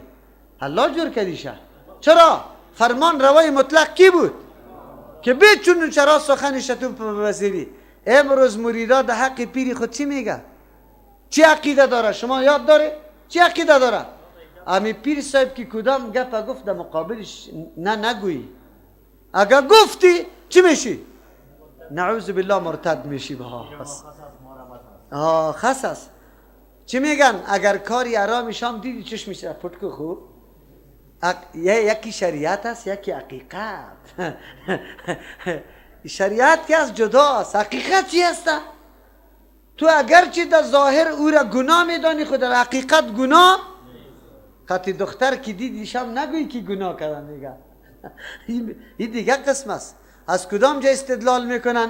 از واقعاتی که خضر علیه السلام امروی کی؟ موسی علیه السلام.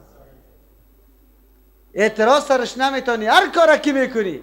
اگر نماز نمیخوان، اگر بیوزو نماز خوان، اگر هر چی که کرد اعتراض نمیتونی. خب قرآن میگه پیام اولی کتاب اللهی بود، لیعلمو که بدانن مردم انما هو اله، که یقینا قابل پرستش و بندگی، حاجت روا و مشکل کشا، قانون سازی، حلال کننده و حرام کننده. کسی که فرمان روای مطلق باشه، یعنی هر سخنش قابل قبول باشه، بیچون چرا اله واحد، یک الله است.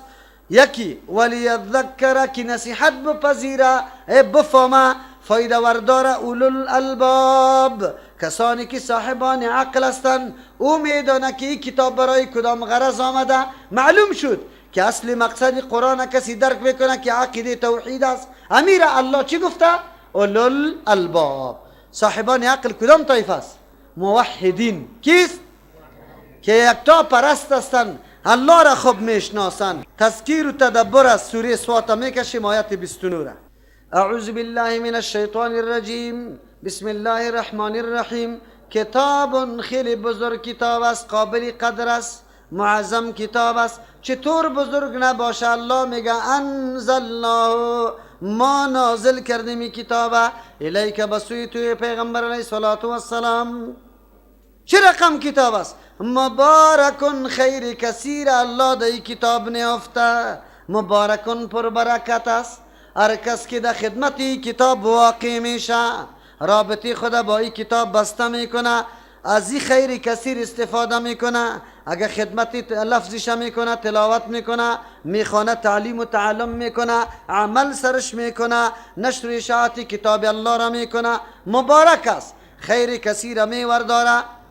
برای چی مقصد نازل شده؟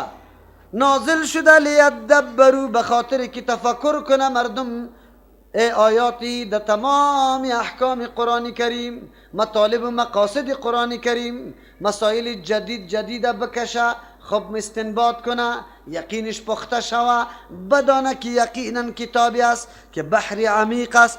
هر قدر که تدبر میکنی، معنا و مقصد جدا جدا را تو پیدا کرده رایستی، بحر عمیق است. به این خاطر آمده که تدبر شوه. قاری صاحبای ما میگن نه، به این خاطر آمده که در ماه مبارک رمضان در ختمای 3 شوه، 1 شوه و 5 شوه بربرک خوانده شوه، نه اول معلوم باشه نه ما بین نه آخر، خو یک کلمه قاف خوب بفهمه. حقا میگه نمیگه؟ دمو وقت را تکان میخوری بیدار میشی، تکان میخوری بیدار میشی. برای تدبر آمده. حقا میگی خلاص. یکی ولی تذکر نصیحت بگیره، بفهمه طریق زندگی خدا، بفهمه طریق نجات خدا، بفهمه مطلب آمدنش یا مقصد آمدنش در دنیا، بفهمه که مسیرم کدام طرف است، آخری انجامم در کدام طرف آمده. از این قرآن یاد بگیره. ای گپا کدام مردم است؟ همی مردم اولو الالباب، کسی که عقل و بصیرت داره، مفکوره داره، او مردم از این قرآن استفاده بکنه. چه نکته جالب است. کتابی مبارک است. هر کس که به این کتاب تعلق بگیره الله برکت نصیب میکنه. با جان خود ما تجربه کرده، با جان خود. دور نمیرم که الله تبارک و تعالی به توسط همین تعلقی ما با قرآن، هر کس که امرای ما محبت میکنه برای کی چی میکنه؟ بچه کاکایش هستم یا بچه مامایش؟ بگوی قطعی کسی کمک کردیم؟ یک چند رپا دادیم؟ در کدام کار قطعتان معاونت و کمک کردیم؟ اگر محبت قطع ما میکنی برای چی میکنی؟ راستانه بگوی. به خاطر قرآن. از امو خاطر در یک شعبه نه در یک شعبه در خدمت قرآن واقع شوی. پشتری چیستا اشتهاری ترجمه قرآن که در دیوال نصب میکنه تعلقیتان با کیست؟ الله برکت براتان میده.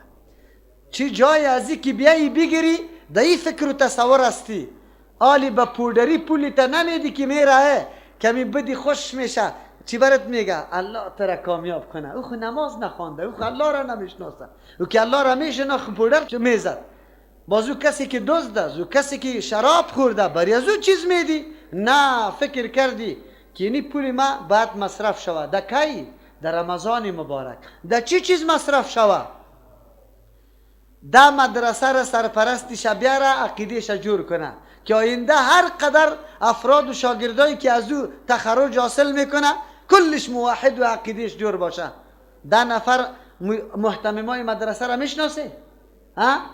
نمیشناسه. محتممای مدرسه مادرای خانه است، خانه مدرسه است، اولادای شاگردایش است. یک مادر عقیدهش اینجا جور کو، کل خانواده انشالله عقیده جور داره.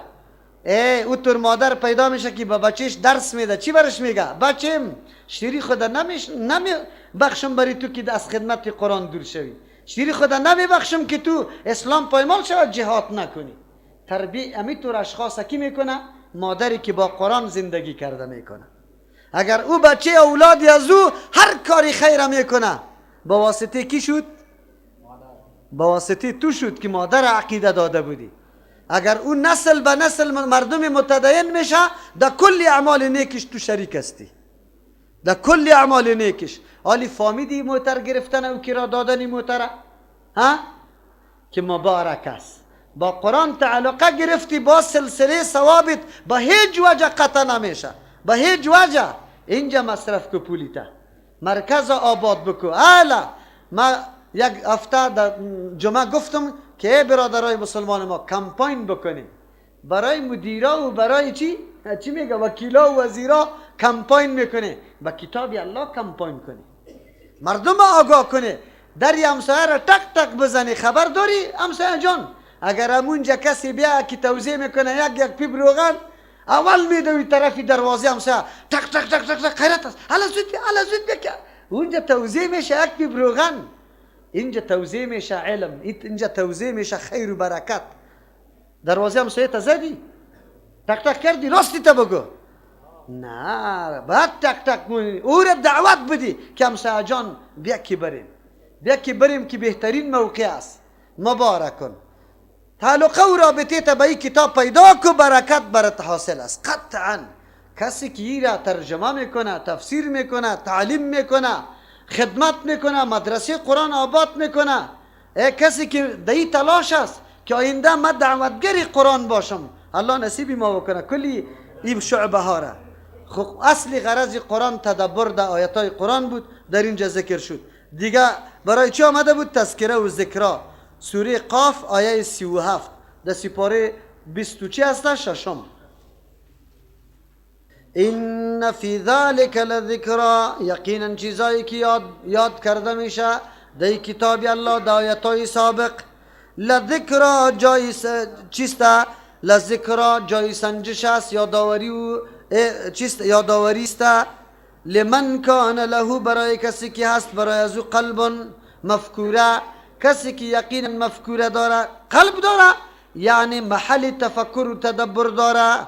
او القى السمع، یا ایسته که اگر خود مفکوره نداره لیکن گوشی خود مانده به که صدای قرآن بشنوه. و هو شهید، در حالی که خب متوجه به قلب خود حاضر است. نامده که در ترجمه قرآن ششته گاهی طرف کلم میزنه، گاهی طرف خو نمیره، خب متوجه است و دل و جان میشنوه. قرآن در اینجا میگه قرآن کتاب چی شد؟ ذکرا. ذکرا یادآوری نمیگه، یادآوری است، برای تو یادداشت میده از داستانهای سابقه، از حالات سابقه تا تو هوشیار بیدار شوی. چرا؟ داستان انبیا را بشنوی که انبیا دعوتگر بودن، تکلیفا را کشیدن. کسی که نجات یافته که کتاب الله را عمل کرده، دعوت به سوی کتاب الله کرده، از او خاطر اینمی مردم ها فایده میگیره. دو قسم مردم ها الله گفت که فایده میده، یکی که خود در صدد عزیز تفکر و تعامل میکنه، جستجو میکنه. دوم نفری است که وقت زیاد نداره که تعامل و تفکر بکنه، بلکه گوش میمانه ترجمه قرآن کریم خو خیلی با چی؟ با قلب حاضر. اینی مردم یقینا از این تجربه را حاصل میکنه. نصیحت بزرگ است برای چیست؟ یادآوری است برای امی. هدف قرآن اینمیست. دیگه بیان کردن آن چیزی که در روی اختلاف است، که یکی توحید یکی میعاد است. سوره نحل آیت 44 میکشیم، سپاره 14 پیدا کردی انشاءالله. اعوذ بالله من الشیطان الرجیم، بسم الله الرحمن الرحیم. از آیت 43 میخوانیم.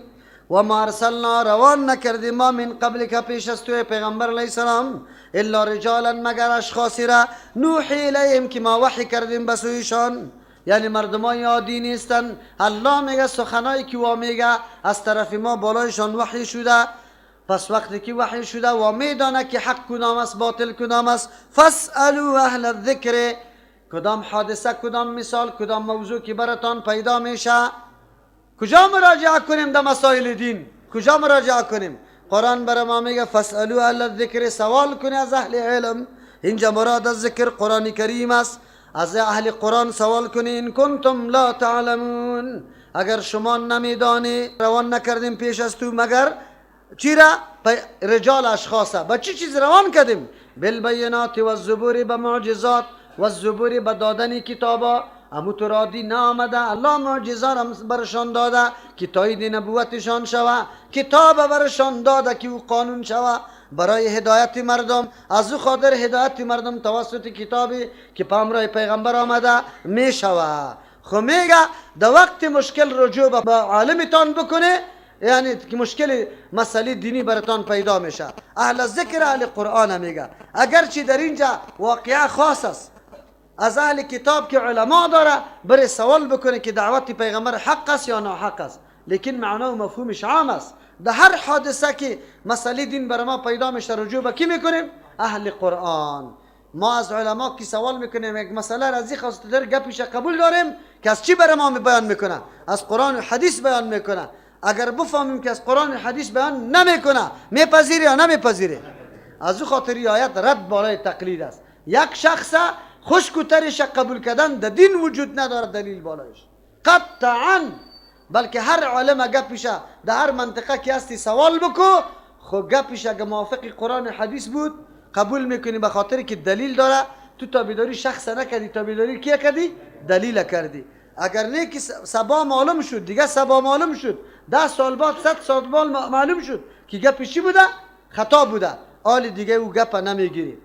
وانزلنا الیک الذکر، روان کردیم برای توی پیغمبر علیه السلام الذکر، یعنی قرآن کریمه. چرا روان کردیم؟ لتبین للناس، که تو واضح بسازی پیغمبر علیه السلام برای مردم ما تمام و مسائل و هدایاتی را نزل الیهم، که نازل کرده شده بالای اینمی مردم، بسوی اینمی مردم تمام هدایات تو بیان کنی. پس تعلیم قرآن کی میده؟ پیغمبر علیه السلام.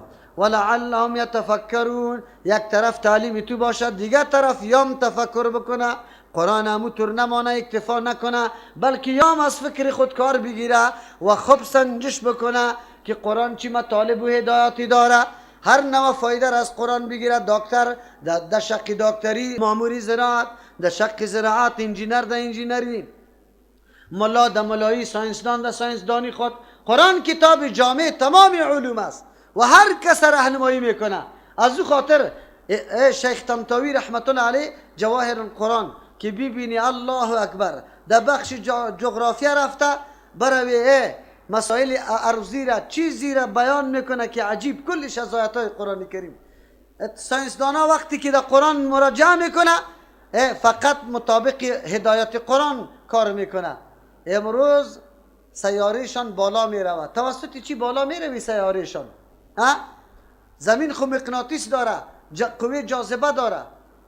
قرآن کریم گفته بود لا تنفذون الا بسلطان. خوب قوت کی باشه، اینطور قوت پیدا کو که قوه جاذبه را بکفانه، بترقانه، چیرک کنه، بالا بره. از همون خاطر کورای کیمیاوی را چی میکنه؟ بگه در میده، باز بعد از سیاره خود چی میکنه؟ توسط راکت فیر میکنه، بالا میره. از کجا گرفته؟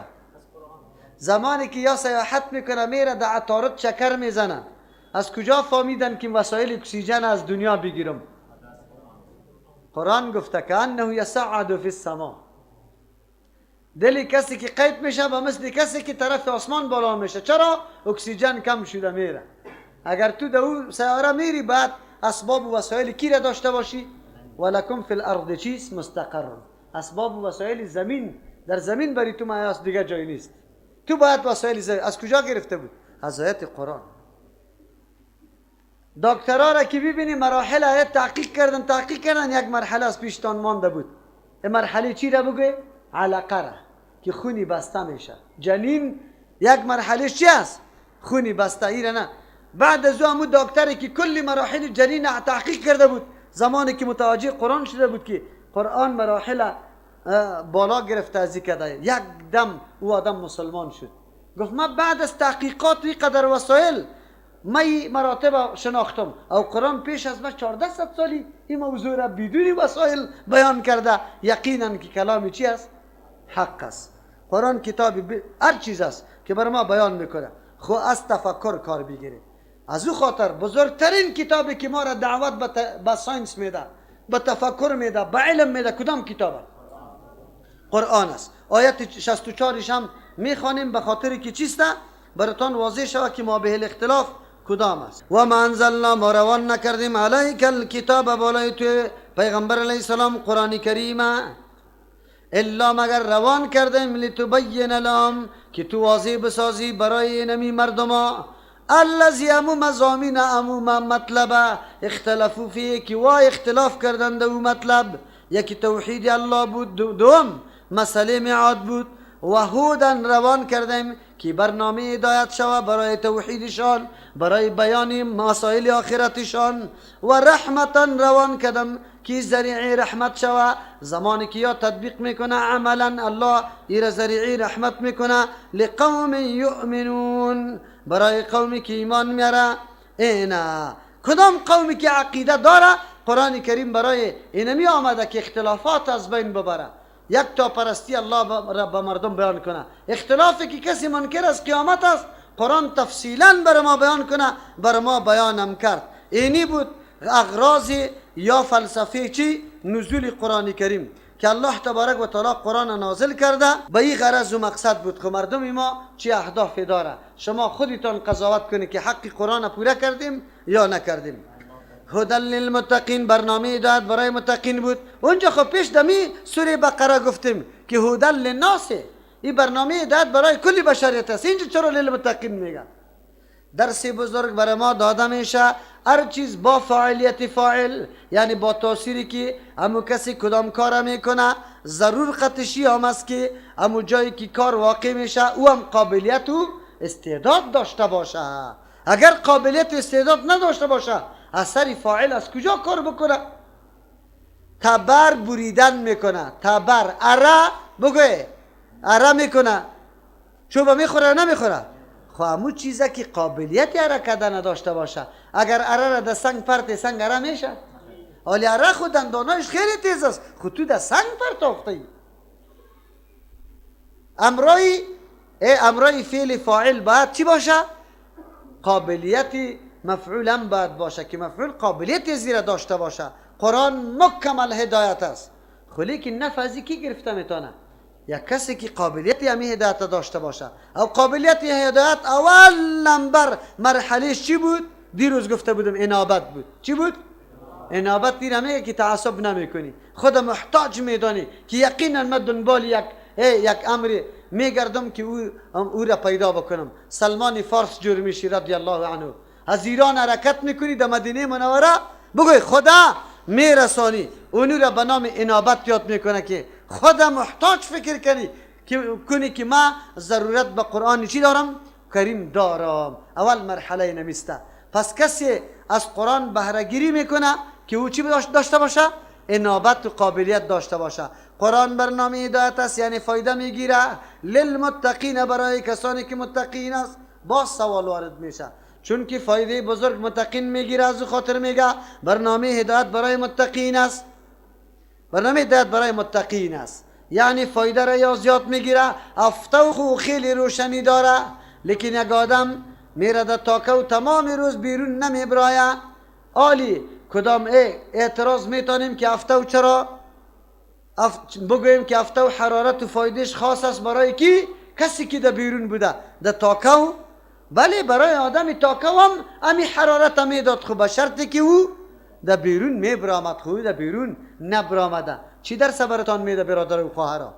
بله از مزایا و مطالب و مقاصد قرآن آگاه شده نمیتونیم، از ثمرات و برکتایش ما بهره برداری کرده نمیتونیم تا وقتی که ما طلبی چی پیدا نشود؟